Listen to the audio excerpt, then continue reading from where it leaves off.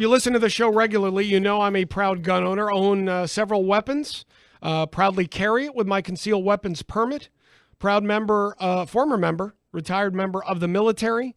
But I've never been a big fan of the National Rifle Association. I've always felt that the NRA had a different agenda than really protecting the rights of gun owners, namely protecting the rights of gun manufacturers, weapon manufacturers. Well, now, I believe starting yesterday, a new group has been launched. They're named the American Rifle and Pistol Association, and that group's president, Bob Gelinas, joins us right now. Bob, thank you very much for taking the time today.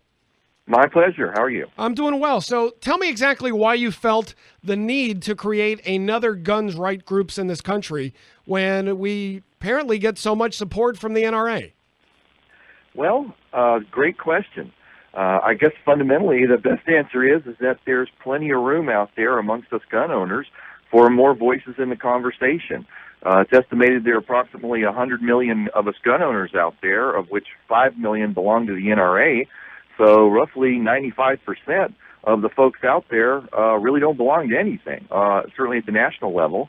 So, we're hoping to help foster more conversation, more awareness, more understanding of our gun rights, and help share information between communities on how to promote public safety. What differentiates your group, American Rifle and Pistol, and the website is amriflepistol.com. What's going to make your group different than the NRA? Primarily, we're designed to be a social network and an educational portal. We're not a political group. We're not going to be lobbying senators and congressmen and things like that. We're really designed to be highly interactive. It's not like, you pay a membership due and you get an ID card and a hat.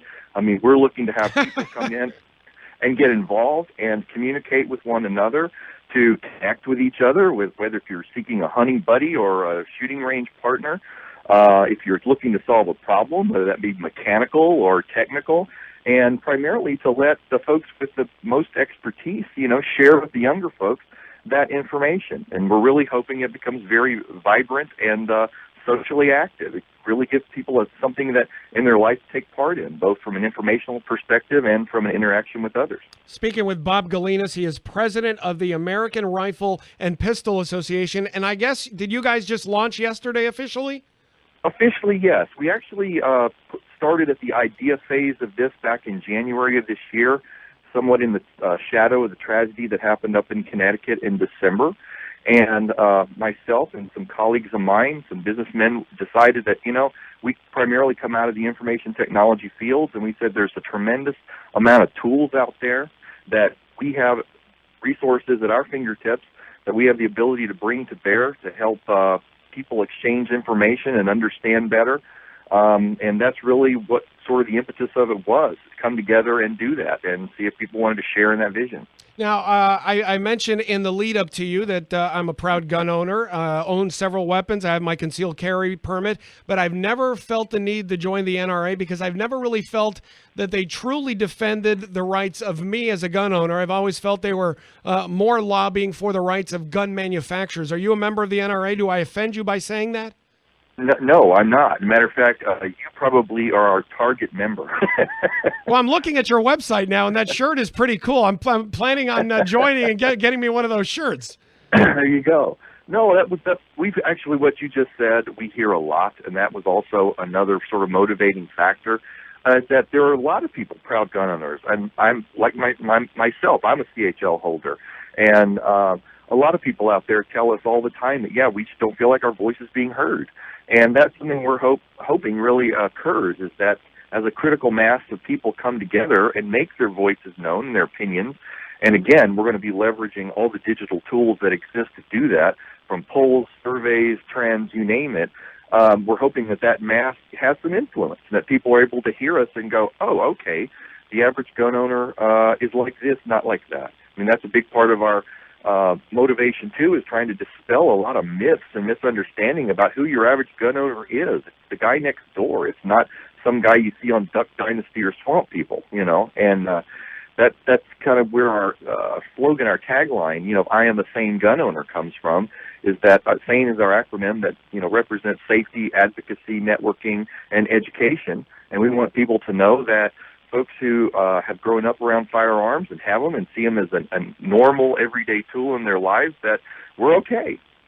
Speaking with Bob Gelinas, he is president of the newly launched American Rifle and Pistol Association. In my opinion, kind of an alternative, a sane alternative to the NRA. All right, talk to me a little bit about the Second Amendment and gun rights. Lots of debate over this, especially since what we saw happen in Newtown last year. Are you Sure. you're obviously a gun owner, supporter of the Second Amendment? This group is, but what about gun rights? What about a national gun registry? Things like that. Oh no, that's actually forbidden by law right now, and I like that law. Well, I think probably the most important thing to understand in sort of putting the Second Amendment in the proper context for everyone is that all of our individual rights come from the Bill of Rights, of which all 10 of them are individual rights, are things that our founders told the Congress that they were not allowed to do to us. And, so quite simply, if you kind of read in context of both the Second Amendment as well as the 10th Amendment, those things that Congress were given to do are the things that supposedly they're supposed to be doing. We know they violate that a lot, but in reality, the way the rules originally set up was that those things that Congress were allowed to do were enumerated, and everything else was to be left up to the states or the people. And as far as gun rights go, that clearly constitutionally is an issue that's the jurisdiction of which is the states and the people. And as I think as we've seen in many occasions, every time you see the federal government trying to pass one-size-fits-all legislation, a la health care, it's a disaster. So there's not a great track record of our elected leaders at the national level getting out there and trying to force fit their desires on everybody. But with that said, I do think there's a lot that can be done at the local level in communities, because obviously there are some communities who, when it comes to violent crime and gun-related tragedies and things like that, are doing a better job than others.